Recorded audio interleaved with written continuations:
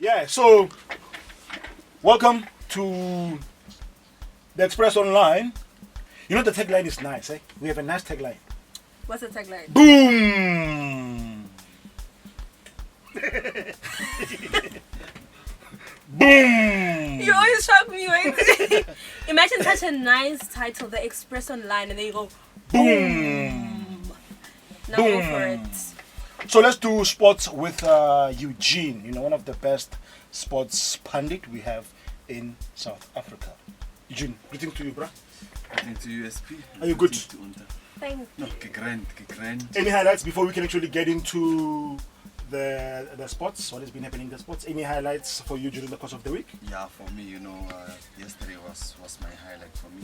Okay. I think, for the first time in a while, we had a productive day in sport, off the field, that is. And because, many leagues are starting to come back to release statements saying they're going to return, Yeah. or they're looking to solve this and that so that they can return. So for me, that's the biggest highlight for me from the past week. You know what, the Natim Tetwa also, what he said earlier on was also another highlight on top of the highlight of the week. Okay, let's get into that then. Natim Tetwa, some announcement of a relaxation of strict rules, because we know we're still on level 3. Well, we are going to level 3 this coming week, June, 1st of June, right? yeah. So we are going to level 3. Are you guys in the sports fraternity touched by what he said? Is it getting better or not? It's confusing. You were talking now with Onta that certain countries are still in lockdown, Yeah. but they don't have alert levels. So we have adopted the alert level system that many countries in Europe and I think Australia and New Zealand are also using.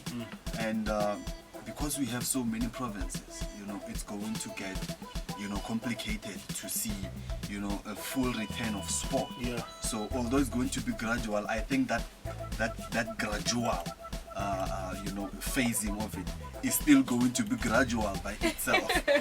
Because he mentioned today that both contact and non-contact sports are free to resume training. To resume training, which is a big word. Only training for both contact and non-contact, but non-contact sports can resume also their competitions and their events. So contact training is only for training. Well, contact sports rather is only for training at this moment in time. So somebody will ask what's contact and what's non-contact. Yeah. So football, for example, is a contact sport. Yeah. Rugby, sports like that. Especially rugby, Yeah, it is. Yeah. Non-contact is your sport like your tennis, like your cricket. There's minimal contact in those kind of sports. Golf. So like golf, good example as well. So for those, for cricket and tennis and so forth, they can resume. Okay. Training. As of tomorrow, no, they can resume training and playing if it comes to a push. But now, it comes back to you to say, they also said that no, for areas where there is where they've been labeled as hotspots. Hotspots, coronavirus hotspots. Yeah. No sport or all sports are prohibited In those areas. So what should happen? So in South Africa you're having your Cape Town, your Durban, your Gauteng, which is Tshwane and Johannesburg, which are being labeled as hotspots. Yeah. These are major cities for South African sports. So if you're saying non-contact sports like tennis or whatever can resume, but they cannot resume in hotspots. So what are you saying? People should now go and play cricket in Limpopo? I don't know if we have a cricket ground in Limpopo. And also the interprovincial laws. What are they saying about traveling from one province to another? Exactly, and besides only saying Limpopo, you have football. People are asking, but if football has to come back, if football comes back, if it were to come back, now if you're having Gauteng as a hotspot, you're having like 5 clubs in Gauteng. You have Whoa. Orlando Pirates, Kaizer Yeah. Chiefs, Mamelodi Sundowns, Super Sports United, Bidvest Vets, and Highlands Park. Six Premier League clubs, Premiership clubs in Gauteng. So if it is a hotspot, then they must move away. Where are they going to play? Because they can't play in Cape Town. Cape Town City must It's a hotspot. is It's a also, hotspot. you know, It's also a so we're still going to have complications in seeing the full resumption of, you know, all sports. Yes, non-contact sports can resume, you know, your athletics. Maybe they can, you know, arrange some sort of a way where they have, you know, athletics competitions maybe in certain places in the Eastern Cape Yeah, or the Northern Cape, you know. So, but for, you know, for Gauteng, for me, I don't see this as a practical matter for lockdown level 3. We have heard also that sports will or contact sports will resume at alert level 1. Okay. Wait, I have a quick question. Speaking of athletics and non-contact sports, we've heard of like huge Olympics and all of those things being postponed. Yeah. Do you think that they will also be pushed back again? It's a good question, and it's a very tough one, because when you talk about Olympics and, you know, The big events, yeah. the huge events, you're not talking about international events, Yeah. which rely mostly on, you know, international travel restrictions Whoa. across countries, different countries. Whoa, yeah. So you might say, okay, the Olympics will go ahead next year. But you find that South Africa still have travel restrictions. So South Africa Whoa. will not be able to participate in those Yeah. events. You'll find that countries like your Americas who are, you know, much affected by this pandemic at this moment in time. So they will not be able to send athletes there. So you cannot have Olympics without the United States. You cannot have Olympics without the Great Britain. You know, that won't be Olympics. You can have Olympics without South Africa, you know, but you can't have Olympics without the United States. So Yeah. this thing is still going to take a while before it comes back to, you know, to full swing. Let's then look into European leagues. Yeah. Are they? Because now you're talking about South Africa, you know. In European leagues, I mean, we know we have the Bundesliga that side. We have the EPL, which is the biggest worldwide. Yeah. Are they returning or not? As I said yesterday for me was a very good day, because that was the day where, you know, most of these top 5, we're gonna touch basically on the top 5 European leagues, which is the French, the English, the German, the Italian, and also the Spanish. So we all know that the French have already cancelled their season, and they've given the title to Paris Saint-Germain, and there are gonna be, you know, court cases there. But that's the list of the top 5 leagues, Yeah, so yeah. we're not worried about them. But for PSG, who, you know, will be affected by this, because they cannot, you know, play their European ties in France, because there won't be any sport until September. So should the UEFA Champions League resume, then they're gonna have problems, PSG and Lyon. But we will touch base on that, you know, as we go further. So yesterday we heard from the Premier League, from the La Liga. No, we had today from La Liga, and we heard from Italian league, the Serie A. They are all going to return. They're all going to follow suit on what we have seen of the Bundesliga returning, and which has been, you know, a bright spark for everyone who's sitting at home to say, at least there's something on TV that's live. Yeah, that's You live. know, you know. So the Premier League is going to return on the 17th of June, with kicking off with Arsenal, who will be, you know, going to the Shark Tank at the Etihad Stadium to take on the current champions, or Man the City. outgoing champions in Manchester City. And in Spain, we've heard that they are also going to return on the 11th of June. So they are coming. That will be a week before the Premier League starts. So they are going to be starting, and their outspoken president has come out and said there will be football every single day in Spain. So What? from the 11th of June, I expect live football every single day Serious? from Spain. So I'm curious, what are some of the restrictions that will be placed? Like, will they be obviously there won't be an audience, I presume. Yeah, yeah. You know, so what are some of the changes that will be implemented to make sure that they adhere to the COVID restrictions? So all of them, what they're gonna do is they're gonna follow from what we've seen of the Bundesliga. Okay. So, like your substitutes, you're not going to see them sitting together. You're gonna see one here, one there, one there. and you Yeah. know when you score a goal, you are not encouraged to celebrate. It's not that you're not allowed.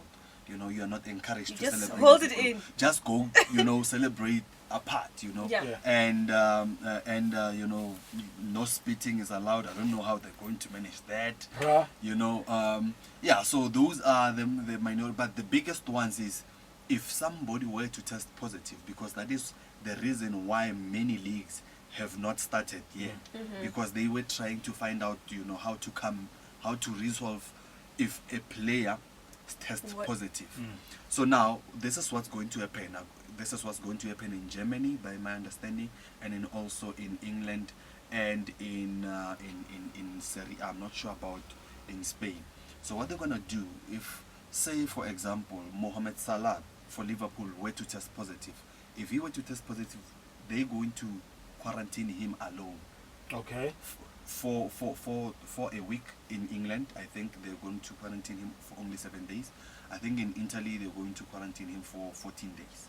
Then, you know, he must pass 2 tests before he returns to training and ultimately go back to play. He must return 2 negative tests before doing that, because there were complications, because other governments said quarantine the whole team. But if you were to quarantine the whole team, then you are not going to finish the league. There will be progress. Yeah. Yeah. So they are going to quarantine only those respective individuals who test positive. Nice. Briefly run through the court cases that might be hitting these teams if leagues were to give in to teams like Liverpool. You know, if leagues were to be given to Kaizer Chiefs, for example. Yeah, it's a very good one, SP, because some people believe that the main reason why these leagues are starting to come back is for the financial reasons. Yeah. Now, you have the Premier League, which I'm going to use as an example, Yeah. because they have the biggest, you know, Budgets, yeah. TV deal across the entire globe. So all their monies, all their revenue depends on the TV deal. Now, what's happening at this current moment is the last batch of payment for the last quarter of the season is yet to be paid by the television companies to the league. So the league cannot, you know, be cancelled, because that big batch of money is not being paid yet. So we need to resume the league season.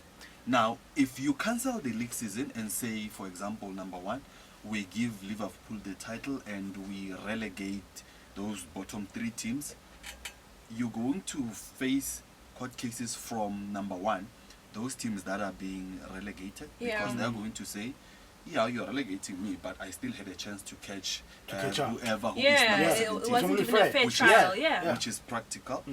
And you're going to face court cases from the team that is number 5 and number 6 that will say, we would have qualified for the Champions League because we have a fair run. You know, Man United have been on a good run of form. You know, so they will say, we want a good run of form. We are going to catch whoever is 4th. I think it's Chelsea. Yeah. You know, and you're also going to, and then if you say number 2, if you say no, we are scrapping the season altogether, Liverpool are going to challenge you because they have a 25 points lead. Yeah.